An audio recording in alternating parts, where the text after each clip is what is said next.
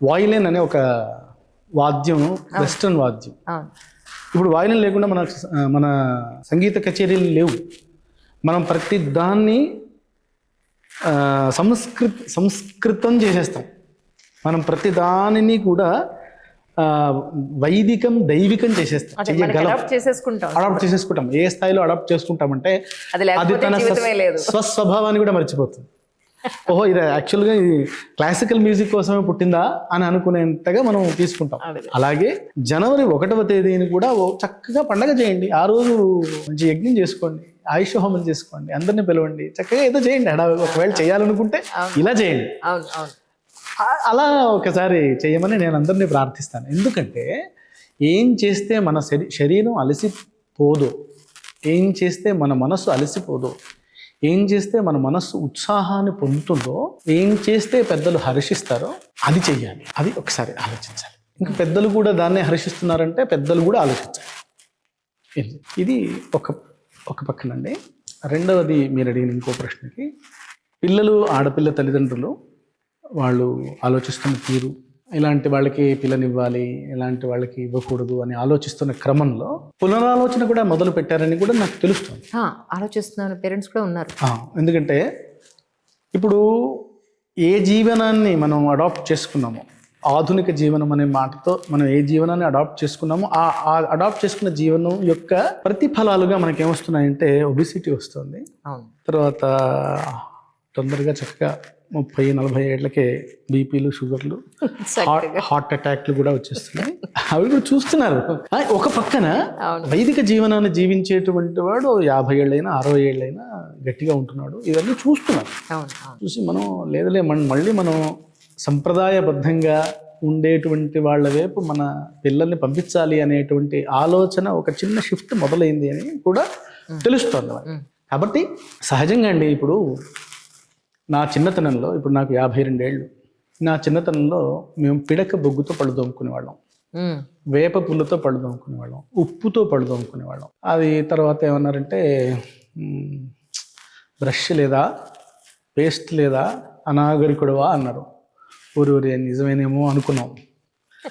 అనుకుని బ్రష్ కాస్త కొనుక్కున్నాం, కోల్గేట్ అన్నాం, అదన్నాం, ఇదన్నాం. ఒక 3 దశాబ్దాలు దాటంగానే, 4 దశాబ్దాలు దాటంగానే ఇప్పుడు మళ్ళీ వాళ్ళే మీ పేస్ట్లో ఉప్పు ఉందా, మీ పేస్ట్లో వేప ఉందా అంటున్నారు. ఎంత అన్యాయం రా, మా చేతిలో అవే కదా ఉండేవి ముందు. మీ పళ్ళు చూసారా, ఎక్కడ వంకర టింకర్ లేవు, చక్కగా ఉన్నాయి పళ్ళు, సాలిడ్ గా ఉన్నాయి కూడా, మామూలుగా ఉన్నాయి. కాబట్టి ప్రతి రంగంలో మన ఋషులు మన జీవన విధానాన్ని ఎలా రచించారో దానికి దూరంగా వెళ్ళి బాధపడ్డాం, మళ్ళీ దాని దగ్గరికి రావడానికి ప్రయత్నిస్తున్నాం. ఈ దాంట్లో ఇప్పుడు మీకు ఆర్గానిక్ వ్యవసాయం అని చెప్పి మొదలైంది, ప్రకృతి వ్యవసాయం అని మొదలైపోయింది, జిమ్ వదిలిపెట్టేసి యోగా మ్యాట్లకు వెళ్ళిపోతున్నారు, అట్లనే అలోపతి నుంచి ఆయుర్వేదం షిఫ్ట్ అవుతున్నారు. అన్ని రంగాల్లో కూడా మీకు షిఫ్టింగ్ మొదలైపోయింది, మనం చూస్తున్నాం.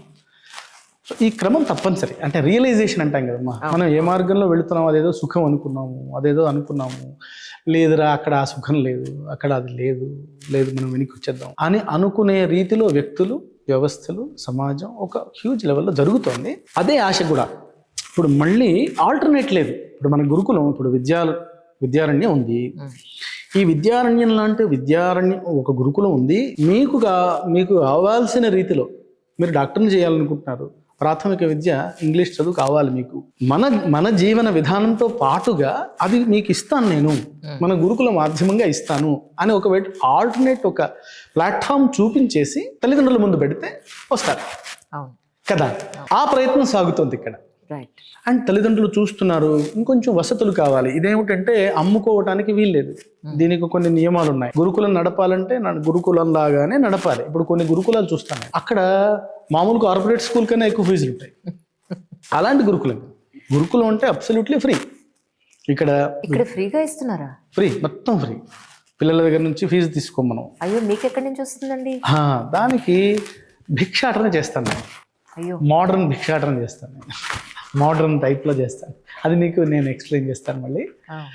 సో ఉచితంగా ఉండాలి, విద్య ఉచితంగా ఉండాలి, అన్కండిషనల్ ఉండాలి, నాలెడ్జ్ ట్రాన్స్ఫర్ అన్కండిషనల్ ఉండాలి. వాడు ఏది ఎలిజిబుల్లో అది వాడికి అందించాలి. అది వాడి హక్కు, విద్యార్థి యొక్క హక్కు. ఈ మానసిక స్థితి కలిగినటువంటి గురుకులాన్ని మనం ఆల్టర్నేట్గా సమాజం ముందు పెడితే తప్పకుండా తల్లిదండ్రులు కదులుతారు. అదేమిటంటే మునుపు మనకి ఎలా ఉండేదో చెప్తాను. నేనంతా ఏం ఆలోచిస్తానంటే నేనేం కొత్తగా చేయట్లేదు, నేను పాత పద్ధతిని కొత్త పద్ధతిలో చూపిస్తున్నాను అంతే. మన గురుకుల విద్యా విధానం ఎలా ఉండేదంటే భిక్షాచర్యంచరా అని విద్యార్థికి చెప్పేవాళ్ళు.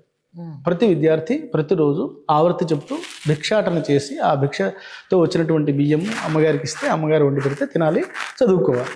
సో సమాజం పోషించాలి ఒక రకంగా. సరే ఈ రోజు పరిస్థితుల్లో అలాంటి పరిస్థితి అవకాశం లేదు కాబట్టి నేనేం చేస్తున్నానంటే కొత్త భిక్షాటన మొదలుపెట్టాను. ఏంటి అంటే ఒక జీవనాడి అని ఒక ప్రోగ్రాం పెట్టాను మన పాఠశాలలో. జీవనాడి. ఈ జీవనాడిలో మీరు చేరండి. మీరు చేరితే మీ గోత్రనామాలతో వేద పాఠశాల ప్రతి నెల ఒక 5 హోమాలు మీ యోగక్షేమాల కోసం చేస్తుంది. చండీ హోమము, రుద్ర హోమము, గణపతి హోమము, సుదర్శన హోమము, ఆవహంతి హోమము. ఈ 5 హోమాలు లేకపోయినా మీకు అవన్నీ రాసిచ్చేస్తే మీ గోత్రనామాలతో ప్రతి నెల. కానీ దానివల్ల ఫలితం ఉంటుందా సార్? మనిషి వచ్చి ప్రత్యక్షంగా చేయకుండా మనిషి ఇక్కడ అబ్సెన్స్ లో ఉండి జస్ట్ వాళ్ళ పేరు గోత్రం చెప్పినంత మాత్రాన వాళ్ళకి ఆశీర్వచనం అందే అవకాశం ఉంటుందా? ఉంటుందండి. దీనికి మన ఆధునిక పరిభాషలో ఒక మాట చెప్పనా? చెప్పండి. మీ అకౌంట్లో డబ్బులు వేయాలంటే మీరు లెక్కర్లేదు, మీ అకౌంట్ నెంబర్తో వేసేయచ్చు కదా. Done, accepted. ఇది కూడా అంతే, యాక్సెప్టెడ్. మీ గోత్రము మీ పేరు చెప్పంగానే మీ పుణ్యం అకౌంట్ ఓపెన్ అయిపోతుంది. ఆ అకౌంట్లో అలా వేసేస్తారు. రైట్. ఇది సాధ్యం, నిజంగా కూడా సాధ్యం. లేదు, అర్థమైంది సార్. అంటే మీరు చెప్పిన విధానం ఎంత సింపుల్ గా అర్థమైందంటే అర్థం కాని వాడికి కూడా అర్థమయ్యేంత. అంతే. ఇలాగా ప్రతి నెల నేనేం అడుగుతున్నానంటే మీ గోత్రనామాలతో మీ యోగక్షేమాల్ని కోరుకోవటం నా పని, మీరు నా యోగక్షేమాలు కోరుకోవటం మీ పని. సో మీరేం చేయాలంటే మీ సంపాదన నుంచి మీకు ఇబ్బంది కలగని ఒక చిన్న ముక్క, అంటే మీరు ప్రతి నెల టెలిఫోన్ బిల్ కడుతున్నారు కదా, ప్రతి నెల నల్లా బిల్లు కడుతున్నారు కదా, అవును కదా, ప్రతి నెల ఓటీటీ ప్లాట్ఫామ్స్కి సంబంధించిన బిల్లులు కడుతున్నారు. అలాగే వేదం బిల్లు కట్టండి. అద్భుతం. ప్రతి నెల ఎక్కువ ఒక 500 ఇవ్వండి, నెలకు ఒక 1000 రూపాయలు ఇవ్వండి. సినిమాకి వెళ్తే అయ్యే ఖర్చు కన్నా తక్కువ ఖర్చు. నిజం. హోటల్కి వెళ్తే అయ్యే ఖర్చు కన్నా తక్కువ ఖర్చు. నిజం. మీరిచ్చే ఈ చిన్న భిక్ష వల్ల వేద పాఠశాల నడుస్తుంది, గోశాల నడుస్తుంది, ఒక ధర్మ కార్యం నడుస్తుంది, ముందుకెళ్తుంది అని ఈ గురుకులం అంటే ఒక 500 మంది విద్యార్థులు ఇక్కడ చదువుకోవాలి అని మన ఆశ. ఇప్పుడు ఎంతమంది ఉన్నారు? ఇప్పుడు 139 మంది ఉన్నారు. 139 మంది ఉన్నారు. ఇంకొక 3 సంవత్సరాల్లో మనం 500 మంది దగ్గరికి వెళ్తాం.